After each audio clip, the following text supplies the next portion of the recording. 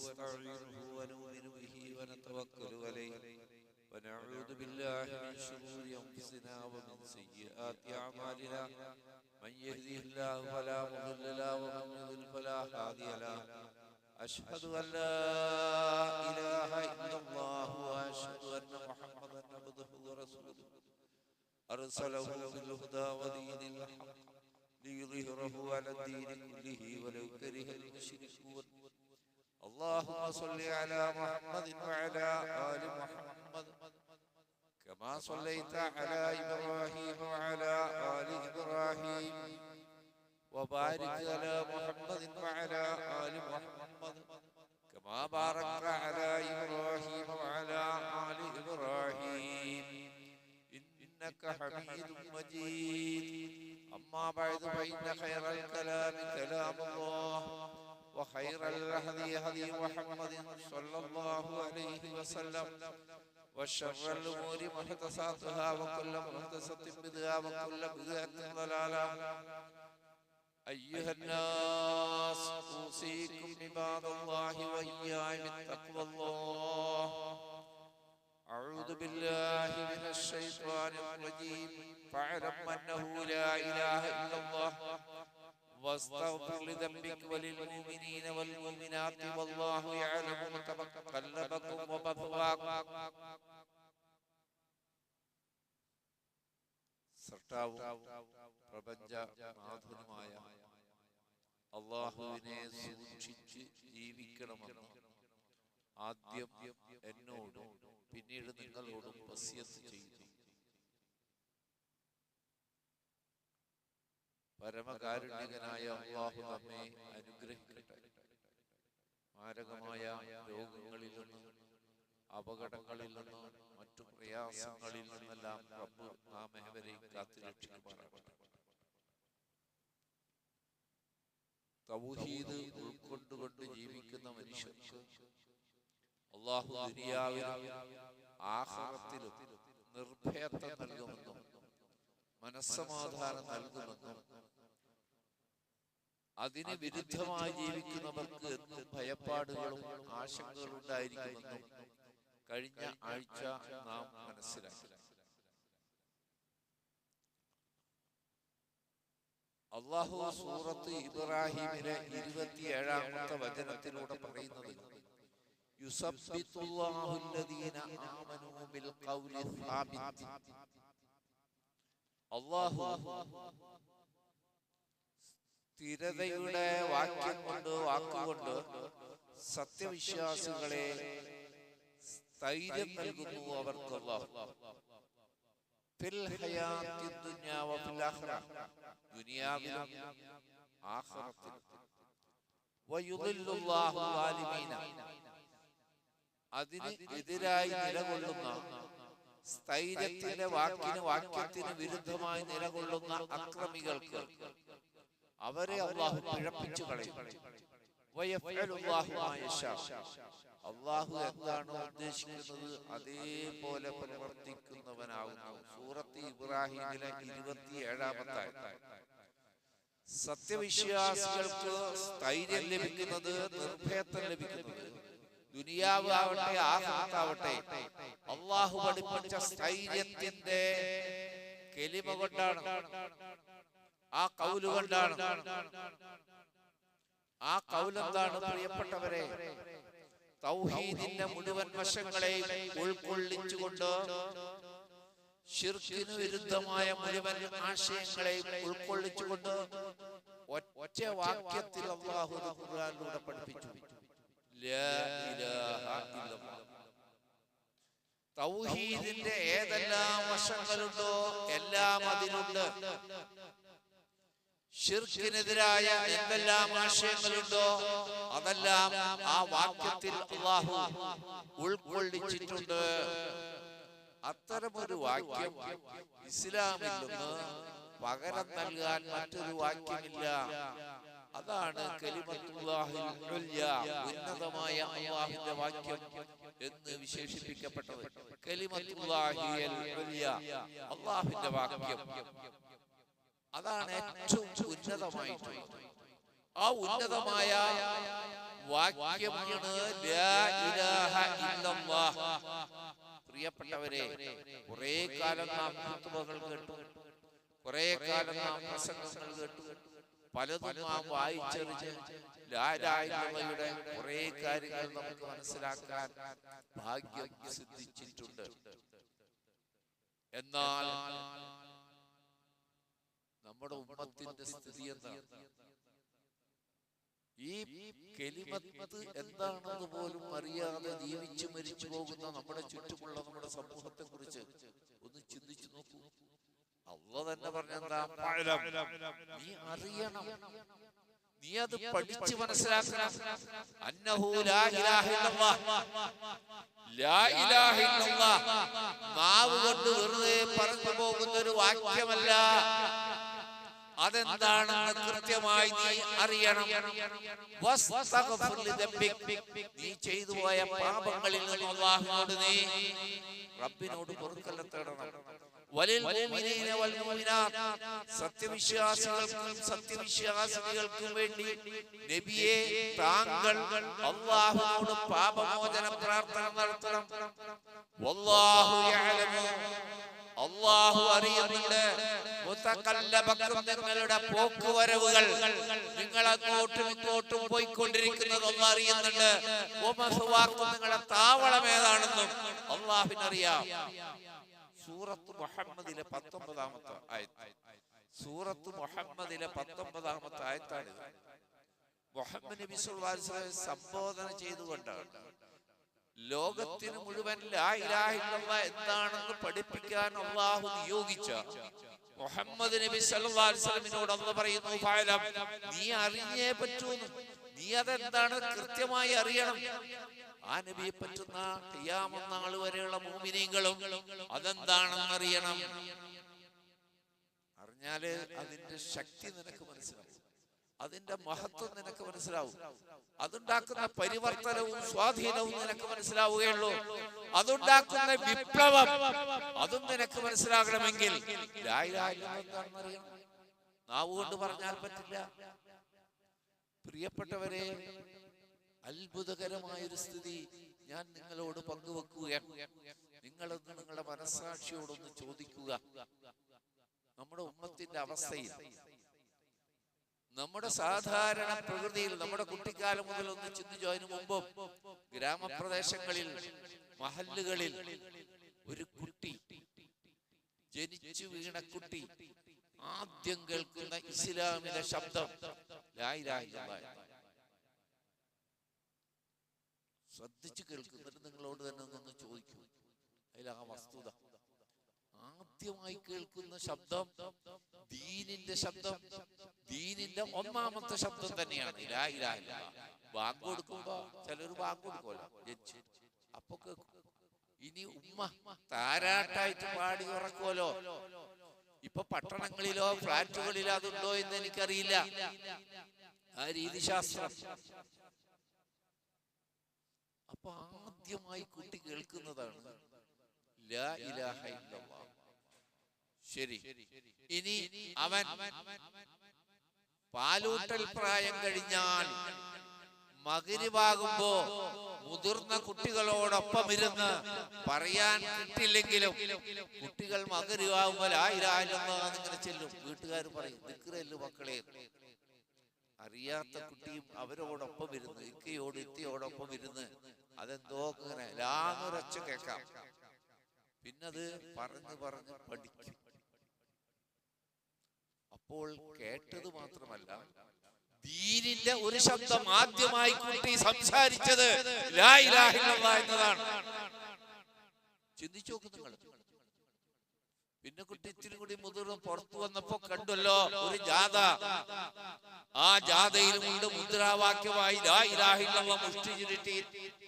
അതാ കുട്ടി വീടിന്റെ വക്കിൽ നിന്ന്, തെരുവിന്റെ വക്കിൽ നിന്ന് കേട്ടതാണ്. ഒരു ജാഥ പോകുന്ന കൂട്ടത്തിൽ മുദ്രാവാക്യമായിട്ട് ലാ ഇലാഹ ഇല്ലല്ലാഹ് മുഷ്ടി ചുരുട്ടിയിട്ട് പറഞ്ഞു പോകുന്നത് കുട്ടി കേട്ടതാണ്. ആദ്യം കേട്ടത് അതാണ്, ആദ്യം പറയാൻ ശ്രമിച്ചതും അതാണ്, കൂടെ ഇരുന്ന് ചെല്ലിയതും അതാണ്. പിന്നെയും കുട്ടി വളർന്നപ്പോ ആ മരിച്ച വീട്ടിൽ ഒരാൾക്കൂട്ടം അവരെല്ലാവരും പറഞ്ഞുകൊണ്ടിരിക്കുന്നത് ലാ ഇലാഹ ഇല്ലല്ലാഹ് എന്ന് തന്നെയാണ്. മരിച്ച ആൾക്ക് വേണ്ടി 70,000-ഓ അല്ലെങ്കിൽ അതിൽ കുറവോ കൂടുതലോ ഒക്കെ ആൾക്കൂട്ടം ഇരുന്ന് ചെല്ലുന്നത് കൂട്ടി കേട്ടതാണ്.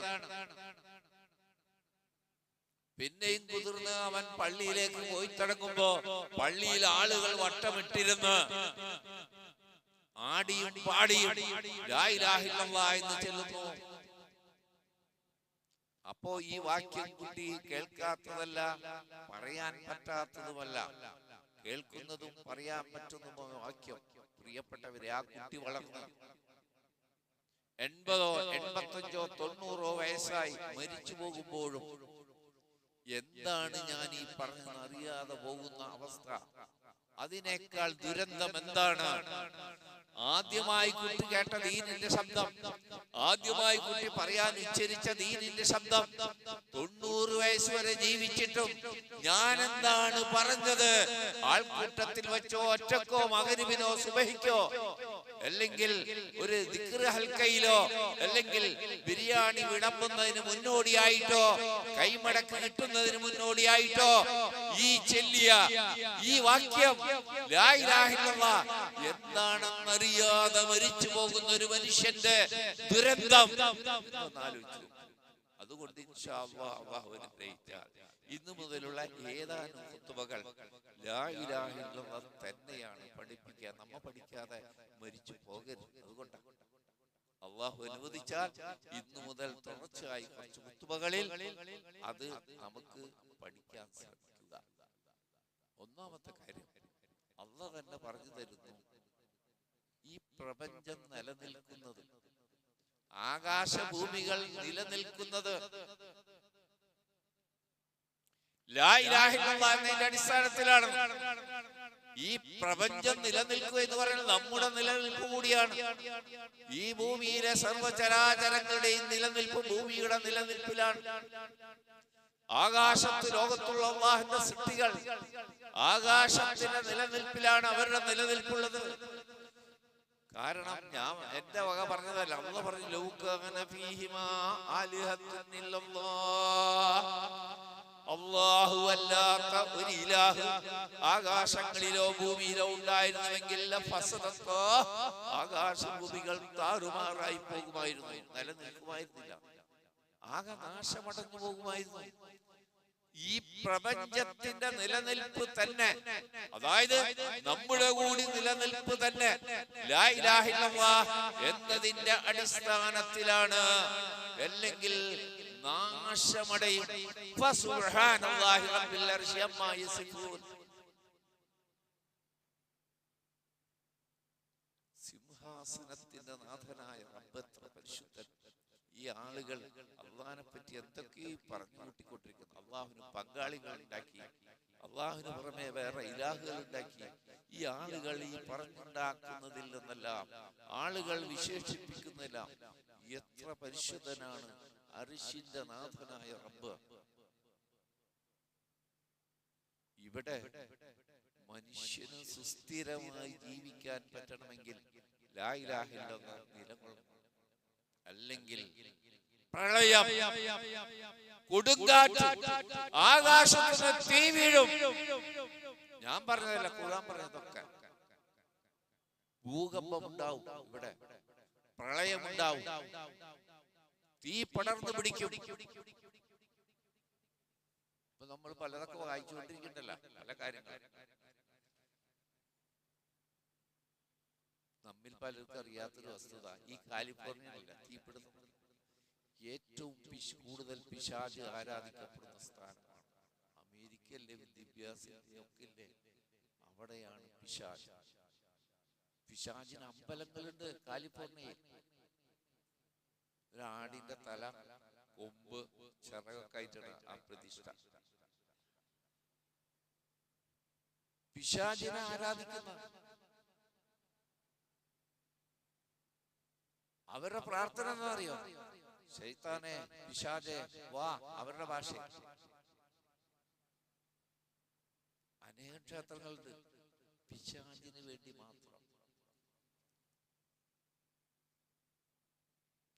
കാലിഫോർണിയ, ഈ തീപിടി പകർന്നുകൊണ്ടിരിക്കുന്ന ആ കാലിഫോർണിയ, മറ്റുള്ള എല്ലാ ധർമ്മങ്ങൾക്കുള്ള സൗകര്യം അവിടെ ഉണ്ട്, അത് വേറെ വിഷയം.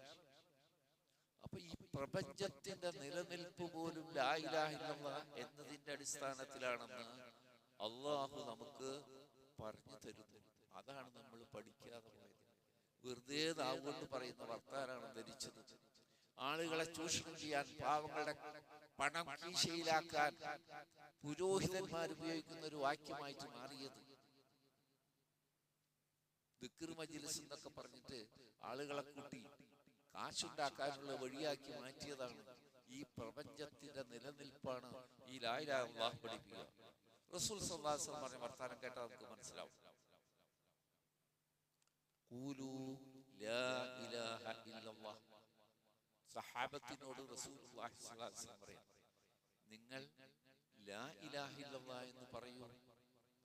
തംലികുൽ അറബ, അറബികളെ നിങ്ങൾക്ക് കീഴ്പ്പെടുത്താനാവും. വതദീനു ലക്കുൽ അജം, അനറബികൾ നിങ്ങൾക്ക് കീഴൊതുങ്ങും. എന്തി പറഞ്ഞത്? അത് താരാട്ടല്ലാന്ന് ഉറപ്പാണ് നമുക്ക്. ഇപ്പറഞ്ഞത് അറബികളെ കീഴടക്കുന്ന, അനറബികൾ കീഴൊതുങ്ങുന്ന ഒരൊറ്റ വാക്യം, അത് ലാ ഇലാഹ ഇല്ലല്ലാഹ് എന്നതാണ്. അതുറപ്പായിട്ടും താരാട്ടല്ല, മഗ്രിബേർത്ത് നമ്മൾ ആടി പറഞ്ഞതല്ല, അത് പിന്നെ മുദ്രാവാക്യം വിളിയല്ല എന്നുറപ്പല്ലേ? അറബികളെ കീഴൊതുക്കാൻ കഴിയുന്ന സത്യമായി പുലർന്നില്ലേ റസൂലുള്ളാഹി സ്വല്ലല്ലാഹു അലൈഹി വസല്ലം? വളരെ പീഡനങ്ങൾ സഹിച്ച് ലാ ഇലാഹ ഇല്ലല്ലാഹ് പറഞ്ഞു. വഫാത്താകുമ്പോൾ ഏകദേശം അറേബ്യ മുഴുവൻ അതിന്റെ കീഴിലാണ്. അപ്പുറം യമനിലേക്കും ഈജിപ്തിലേക്കും അല്ല ഇന്ത്യയിലേക്കും അത് കടന്നിട്ടുണ്ടായിരുന്നു.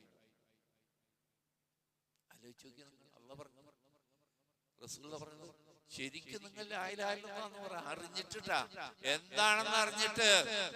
എന്റെ റബ്ബല്ലാതെ ഇലാഹില്ല. ആളുകൾ ആരെ വിളിച്ചു തേടട്ടെ, ആരാധിക്കട്ടെ, എന്നാലും എനിക്ക് ഉറപ്പാണ്, ഞാനത് അംഗീകരിച്ചിരിക്കുന്നു, അല്ലാഹു അല്ലാതെ ഇലാഹില്ല. അതിന്റെ ബേസിലാണ് എന്റെ ജീവിതം പോലും നിലനിൽക്കുന്നത്. എനിക്ക് ദാഹിക്കുമ്പോൾ വെള്ളം ലഭിക്കുന്നത്, വിശക്കുമ്പോൾ ഭക്ഷണം ലഭിക്കുന്നത്, സുഖമായി ഒന്നുറങ്ങാൻ കഴിയുന്നത് ഈ ലാ ഇലാഹ ഇല്ലല്ലാഹ് എന്ന പരമസത്യത്തിന്റെ അടിസ്ഥാനത്തിലാണ് എന്നറിഞ്ഞിട്ടാണ് നമ്മൾ അത് ചൊല്ലേണ്ടത്, പറയേണ്ടത്. റസൂൽ സല്ലല്ലാഹു അലൈഹി വസല്ലം പഠിപ്പിച്ചതാണ്. മൂസാ നബി അലൈഹിസ്സലാം റബ്ബിനോട് തേടി, നാഥ നിന്നെ ഓർക്കാൻ, അല്ലിംനി ശൈഅൻ, ഒരു പ്രാർത്ഥന നീ പഠിപ്പിച്ചു, അതുകൊണ്ട് നിന്നെ ഓർക്കാൻ, നിന്നോട് പ്രാർത്ഥിക്കാനുമുള്ള ഒരു വാക്യം അല്ലാഹ് പറഞ്ഞു, ലാ ഇലാഹ ഇല്ലല്ലാഹ്. അങ്ങനെ പറഞ്ഞോളൂ, ലാ ഇലാഹ ഇല്ലല്ലാഹ് പറഞ്ഞോളൂ. നമ്മുടെ മനസ്സിൽ അത് കേട്ടപ്പോ തോന്നിയ പോലത്തെ ഒരു തോന്നൽ മൂസാ നബിയുടെ മനസ്സിലുണ്ടായി. നൂഹ് നബി അലൈഹിസ്സലാം മുതൽ അത് ഈ ലോകത്ത് കേട്ടുകൊണ്ടിരിക്കുന്നതാണ്. ലാ ഇലാഹ ഇല്ലല്ലാഹ് എന്ന ശിർക്കിനെതിരെ ആദ്യം നിയോഗിക്കപ്പെട്ട റസൂൽ മുതൽ ഇങ്ങോട്ടത് പറഞ്ഞുകൊണ്ടിരിക്കുന്നതാണ്. റബ്ബേ, നിന്റെ അടിയാമാർ ഇത് പറഞ്ഞുകൊണ്ടിരിക്കുന്നുണ്ടല്ലോ. മൂസാ നബി അലൈഹിസ്സലാം ഉദ്ദേശിച്ചത് അതിനേക്കാൾ പ്രധാനപ്പെട്ട എന്തെങ്കിലും ഒരു പ്രാർത്ഥന. അല്ലാഹ് പറഞ്ഞു, മൂസ, 7 ആകാശങ്ങളും അതിലുള്ള വസ്തുക്കളും ഭൂമിയും അതിലുള്ള സർവചരാചരങ്ങളും ഒരു തുലാസിന്റെ തട്ടിൽ വെക്കുക. ലാ ഇലാഹ ഇല്ലല്ലാഹ് മറ്റേ തട്ടിലും വെക്കുക. മൂസ, ലാ ഇലാഹ ഇല്ലല്ലാഹയുടെ തട്ട് താഴും കനം കൂടിയിട്ട്. എന്തിനേക്കാൾ? 7 ആകാശങ്ങളും അതിലെ വസ്തുക്കളും ഭൂമിയും അതിലെ സർവചരാചരങ്ങളും ഒരു തുലാസിന്റെ തട്ടിലും ലാ ഇലാഹ ഇല്ലല്ലാഹ് മറ്റേ തട്ടിൽ വെച്ചാൽ ലാ ഇലാഹ ഇല്ലല്ലാഹയുടെ തട്ട് അതായിരിക്കും കനം തൂങ്ങുക. ഉറപ്പായി നമുക്ക് അത് മുദ്രാവാക്യമല്ല. അത് ആളുകളെ പണം പിടുങ്ങുന്ന വാക്യമല്ല, ആളുകളെ ചൂഷണം ചെയ്യാനുള്ള വാക്യമല്ല, അത് താരാട്ടല്ല, മുദ്രാവാക്യമല്ല എന്ന് നമുക്ക് ഉറപ്പായി. അപ്പൊ അത്രയും ശക്തിയും സ്വാധീനവും കനവുമുള്ള ഈ വാക്യം പഠിക്കാതെയാണ് നാം മരിച്ചു പോകുന്നതെങ്കിൽ, വേണ്ട വിധം അറിയാതെയാണ് നാം മരിച്ചു പോകുന്നതെങ്കിൽ, നമ്മേക്കാൾ നഷ്ടം സംഭവിച്ചവർ മറ്റാരുമില്ല. അതുകൊണ്ട് തന്നെ അല്ലാഹു എല്ലാ നഷ്ടങ്ങളിൽ നിന്നും നമ്മളെ കാത്തുരക്ഷിക്കുമാറാകട്ടെ. റബ്ബേ, നിന്റെ ലാ ഇലാഹ ഇല്ലല്ലാഹ് ശരിയായ വിധത്തിൽ നീ എന്താണോ അടിമകളിൽ അതുകൊണ്ട് ഉദ്ദേശിച്ചത്, നിന്റെ റസൂൽ എന്താണോ അതുകൊണ്ട് ഉദ്ദേശിച്ചുകൊണ്ട് ജനങ്ങളെ പഠിപ്പിച്ചത്, അതിന്റെ ആശയവും പൊരുളും അറിഞ്ഞുകൊണ്ട് അതനുസരിച്ച് ജീവിക്കാൻ റബ്ബേ നീ ഞങ്ങൾക്ക് തൗഫീഖ് നൽകി അനുഗ്രഹിക്കണേ.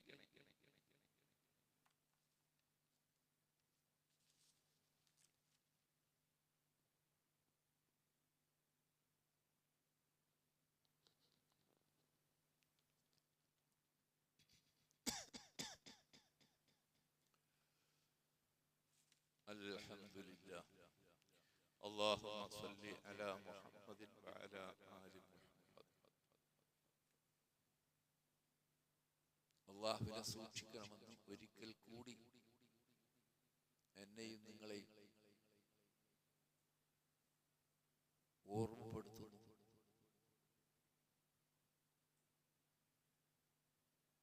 ആദ്യത്തെ മനുഷ്യൻ നമ്മുടെ വല്യപ്പ ആദം നബി അലൈഹിസ്സലാം, അവിടുന്ന് തുടർന്ന് 10 തലമുറ വരെ ശിർക്ക് എന്താണെന്ന് അവർക്കറിയുമായിരുന്നില്ല. ശിർക്ക് എന്താണെന്ന് അറിയുമായിരുന്നില്ല. അള്ളാഹു സൃഷ്ടിച്ച ശുദ്ധമായ പ്രകൃതിയിലാണ് അവർ ജീവിച്ചത്. പ്രിയപ്പെട്ടവരെ, റസൂൽ സല്ലല്ലാഹു അലൈഹി വസല്ലം പറയാം, അന്ത്യനാളിൽ ഒരു നരകവാസിയെ റബ്ബ് വിളിക്കും. വളരെ ശ്രദ്ധിച്ച് എന്നോടും നിങ്ങൾക്കുമുള്ള ഒരു മുന്നറിയിപ്പാണ്. അതായത് നരകപാപിയായ ഒരു മനുഷ്യനെ റബ്ബ് വിളിക്കും. എന്നിട്ട് ചോദിക്കും, ഭൂമിയിലുള്ള എല്ലാ സമ്പത്തും നിന്റേതായിരുന്നെങ്കിൽ. ഇമാം ബുഖാരി, മുസ്ലിം, അഹ്മദ് ഉദ്ധരിച്ച ഹദീസാണ്. ഭൂമിയിലുള്ള മുഴുവൻ സമ്പത്തും നിന്റേതായിരുന്നെങ്കിൽ നീ ഇപ്പോൾ അനുഭവിക്കുന്ന നരകശിക്ഷയിൽ പകരമായി അത് നൽകാൻ നീ തയ്യാറാകുമോ? ആ പാപിയായ മനുഷ്യൻ പറയുന്നു, തീർച്ചയായും റബ്ബേ, സഹിക്കാനാവാത്തതാണ് ഈ നരകം. എന്തുണ്ടെങ്കിലും പകരം കൊടുത്തിട്ട് രക്ഷപ്പെടുക. അപ്പൊ റബ്ബ് അവനോട് പറയും, ഇതിനേക്കാൾ. ഇത് ഭയങ്കര പ്രശ്നമല്ലേ? ഒന്നാമത്തത് എനിക്ക് മുഴുവൻ ഭൂമികളിൽ കിട്ടൂല. ഇനി കിട്ടിയാൽ തന്നെ ഇത്ര വലിയ സംഭവമല്ല അത്. ഇതിനേക്കാൾ എളുപ്പമുള്ള ഒരു കാര്യം മാത്രമല്ലേ ഞാൻ നിന്നോട് ആവശ്യപ്പെട്ടിരുന്നുള്ളൂ. ആലമുൽ അർവാഹിൽ വെച്ച് നിന്റെ പിതാവ് ആദമിന്റെ മുതുകിൽ വെച്ച് നീ എന്നോടൊരു കരാർ വാങ്ങിയിരുന്നു. അലസ്തു ബിറബ്ബിക്കും, ഞാനല്ലേ നിങ്ങളുടെ റബ്ബ്. അന്ന് നീ കരാർ സ്വീകരിച്ചല്ലേ ഭൂമിയിലേക്ക് വന്നത്. നീ പാലിച്ചില്ല, നീ ശിർക്ക് ചെയ്തു. അല്ലാഹു നമ്മളെ കാത്തു രക്ഷിക്കട്ടെ. എത്ര ഭയം, എത്ര അകൽച്ച ശിർക്കിനോട് നമുക്ക് വേണം. അത് മാത്രം മതിയായിരുന്നല്ലോ എന്നാണ്. അത് മാത്രം മതിയായിരുന്നല്ലോ. ആദമിന്റെ മുതുകിൽ വെച്ച് ഖിയാമത്ത് നാൾ വരെ ജനിക്കാൻ പോകുന്ന എല്ലാ അർവാഹുകളെയും പുറത്തെടുത്ത് അന്നൊരു കരാർ വാങ്ങിയിരുന്നു. അലസ്തു ബിറബ്ബിക്കും, ഞാനല്ലേ നിങ്ങളുടെ റബ്ബ്. ഖാലൂ ബലാ ഷഹീദിനാ, റബ്ബേ അതെ ഞങ്ങൾ സാക്ഷികളാണ്. ആദം നബി മുതൽ 10 തലമുറ വരെ അതിന് സാക്ഷ്യം വഹിച്ചുകൊണ്ടാണ് ജീവിച്ചത്. ശിർക്ക് എന്താണെന്ന് നമുക്കറിയുമായിരുന്നില്ല. എന്നാൽ നൂഹ് നബിയുടെ കാലമെത്തിയപ്പോൾ ആ തലമുറയെ പിശാച് വഞ്ചിച്ചു. പിശാച് അവർക്ക് ആവശ്യമില്ലാത്ത കാര്യങ്ങൾ പറഞ്ഞു കൊടുത്തു. നിങ്ങളുടെ ദുആ അല്ലാഹ് കേൾക്കൂല, കാര്യപ്പെട്ട മഹാന്മാരുടെ ഇടയാളന്മാരാക്കി അല്ലാതെ, അള്ളാഹ് ഇഷ്ടപ്പെടുന്ന ദാസന്മാരെ ഇടയാളന്മാരാക്കിയിട്ടല്ലാതെ നിങ്ങളുടെ പ്രാർത്ഥന അല്ലാഹു സ്വീകരിക്കയില്ല. അവര് പറഞ്ഞു, ഉണ്ടായിരുന്നു മരിച്ചുപോയല്ലോ. അപ്പൊ സ്വാലിഹീങ്ങൾ, അള്ളാന്റെ ഔലിയാക്കൾ മരിച്ചാലും ജീവിച്ചാലും സമമാണ്. അവരുടെ ഓർമ്മക്കായി നിങ്ങൾ ഉണ്ടാക്കിയ ഈ കല്ലുകളിലെ അവയെ വസീലാക്കിക്കൊണ്ട് നിങ്ങൾ അള്ളാഹുവിനോട് തേടൂ. ആദ്യത്തെ തലമുറ അങ്ങനെ ചെയ്തു. അപ്പോഴും ആരാധിക്കപ്പെട്ടിരുന്നില്ല. പിന്നീട് കാലങ്ങൾ കഴിഞ്ഞു, അറിവ് അസ്തമിച്ചപ്പോൾ ഇത് നിങ്ങളുടെ ആരാധ്യനാണ്, ഇലാഹാണെന്നാണ് ഇബ്ലീസ് അവരെ പഠിപ്പിച്ചത്. അപ്പോഴാണ് അല്ലാഹു ലാ ഇലാഹ ഇല്ലല്ലാഹ് എന്ന് പറയാൻ നൂഹ് നബി അലൈഹിസ്സലാമിനെ നിയോഗിച്ചു. അതുവരെ വേണ്ടി വന്നിട്ടില്ല. മനുഷ്യനെ സൃഷ്ടിച്ച ശുദ്ധ പ്രകൃതിയിൽ ജീവിച്ചതിനാൽ അവർ തൗഹീദിൽ തന്നെയായിരുന്നു. ശിർക്കുമായൊരു ബന്ധം അവർക്കുണ്ടായിരുന്നില്ല. മറിച്ച് മനുഷ്യനെ മുഴുവൻ നരകത്തിലേക്ക് എത്തിക്കണമെന്ന് പ്രതിജ്ഞ എടുത്ത പിശാചും കൂട്ടാളികളും പതുക്കെ അറിയാത്ത വണ്ണം നേരെ ശിർക്കിക്കാൻ പറ്റില്ല. അതുകൊണ്ടാണ് സ്വാലിഹീങ്ങളെ പറഞ്ഞതും ഓർമ്മിപ്പിച്ചതും. അങ്ങനെ വസീല എന്നൊക്കെ പറഞ്ഞിട്ട് ഇങ്ങനെ പതുക്കെ നേരിട്ട് പ്രാർത്ഥിക്കുന്ന അവസ്ഥയിലെത്തി. 950 കൊല്ലമാണ് ലാ ഇലാഹ ഇല്ലല്ലാഹ് പ്രവാചകൻ ഒരു റസൂലെ മടുക്കാണ്ട് 5 പ്രാവശ്യം പറഞ്ഞാൽ നമ്മൾ പിന്നെ നിർത്തൂലേ? ആ മനുഷ്യനോട് ഇനി പറഞ്ഞിട്ട് കാര്യമില്ല. 950 കൊല്ലം ആ ജനതയിൽ ഭൂരിപക്ഷവും ശിർക്കിൽ ഷടിച്ചു നിന്നു. ആ ലായിലായുടെ സ്വാധീനം നിങ്ങൾ കേട്ടു.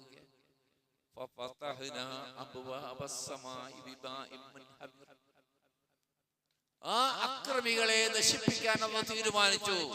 നാം ആകാശത്തിന്റെ വാതിലുകൾ മുഴുവൻ തുറന്നു. കുത്തിച്ചൊരിയുന്ന വെള്ളത്താൽ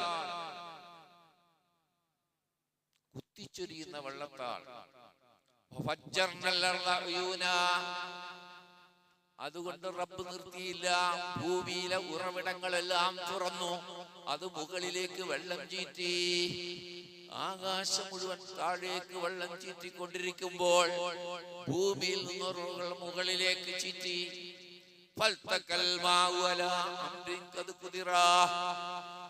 നിശ്ചയിക്കപ്പെട്ട തീരുമാനിക്കപ്പെട്ട കാര്യത്തിൽ ആ 2 വെള്ളവും കൂട്ടിമുട്ടി. റബ്ബിന്റെ ഭാഷ നോക്കൂ നിങ്ങൾ. റബ്ബ് ഉപയോഗിക്കുന്ന ഭാഷ നോക്കൂ നിങ്ങൾ.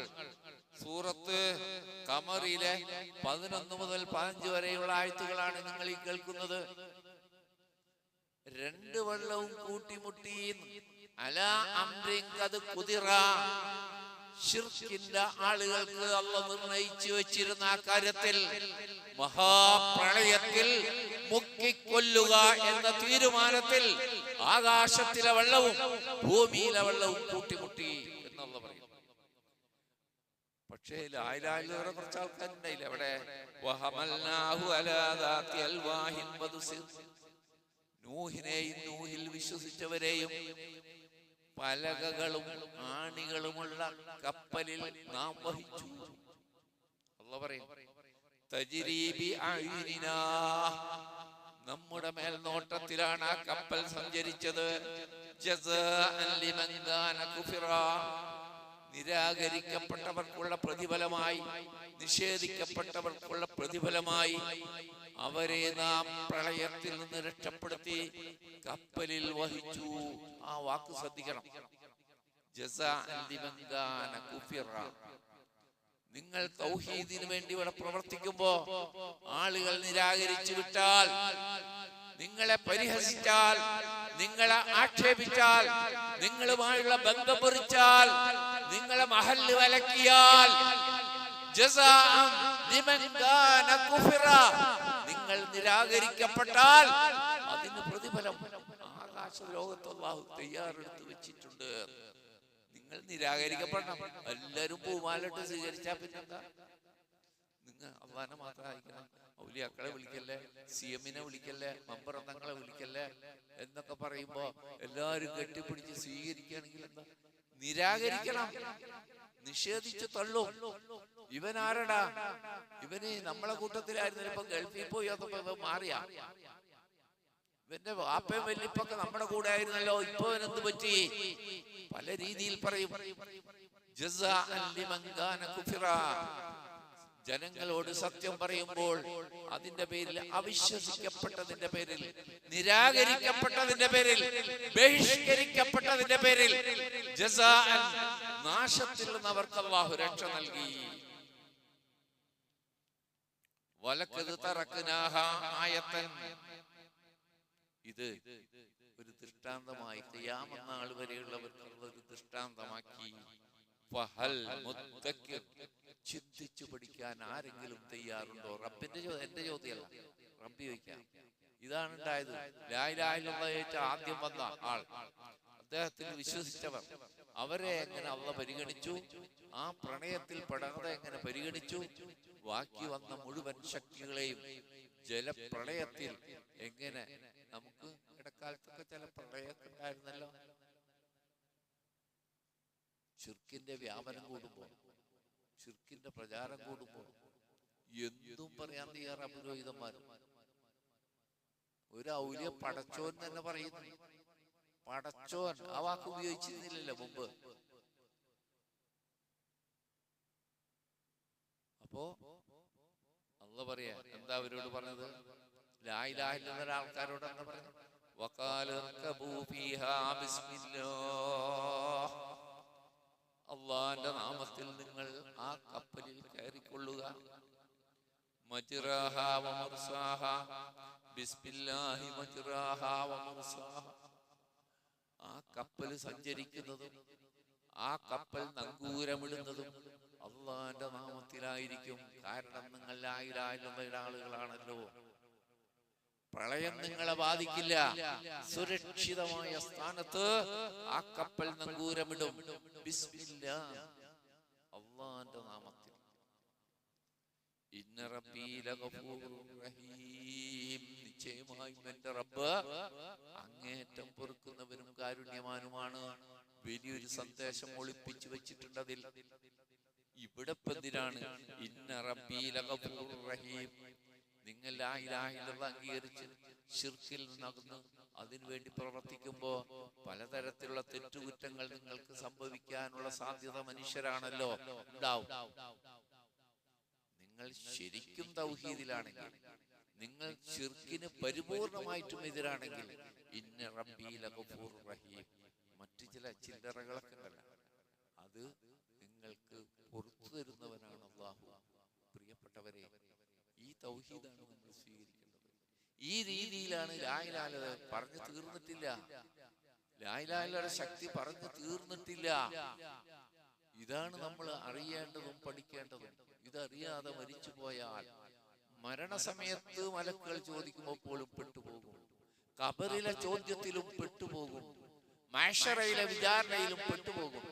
അങ്ങനെ പെടാതിരിക്കാൻ ആത്യന്തികമായി ദുനിയാവിലും ആഖിറത്തിലും മനസ്സമാധാനത്തോടെ നിർഭയത്വത്തോടെ കഴിയാൻ ലാ ഇലാഹ ഇല്ലല്ലാഹ് എന്താണെന്ന് ശരിയായി പഠിക്കുക, അതിനുവേണ്ടി നിലകൊള്ളുക, ആ സത്യത്തെ നെഞ്ചേറ്റുക. അതിനായി തന്നെ ഞാൻ അതിന്റെ ആളാണെന്ന് അഭിമാനത്തോടെ ഈ ശിർക്കിന്റെ ലോകത്ത് നോക്കി പറയാൻ കഴിയുക. അല്ലാഹു നമ്മളെ അനുഗ്രഹിക്കട്ടെ. നമുക്ക് സംഭവിച്ച തെറ്റുകുറ്റങ്ങൾ അല്ലാഹു പുറത്തു മാപ്പാക്കി തരുമാറാകട്ടെ. اللهم للمؤمنين والمؤمنات والمسلمين والمسلمات الأحياء منا والأموات إنك مجيب الدعوات يا قاضي الحاجات. اللهم ربنا آتنا في الدنيا حسنة وفي الآخرة حسنة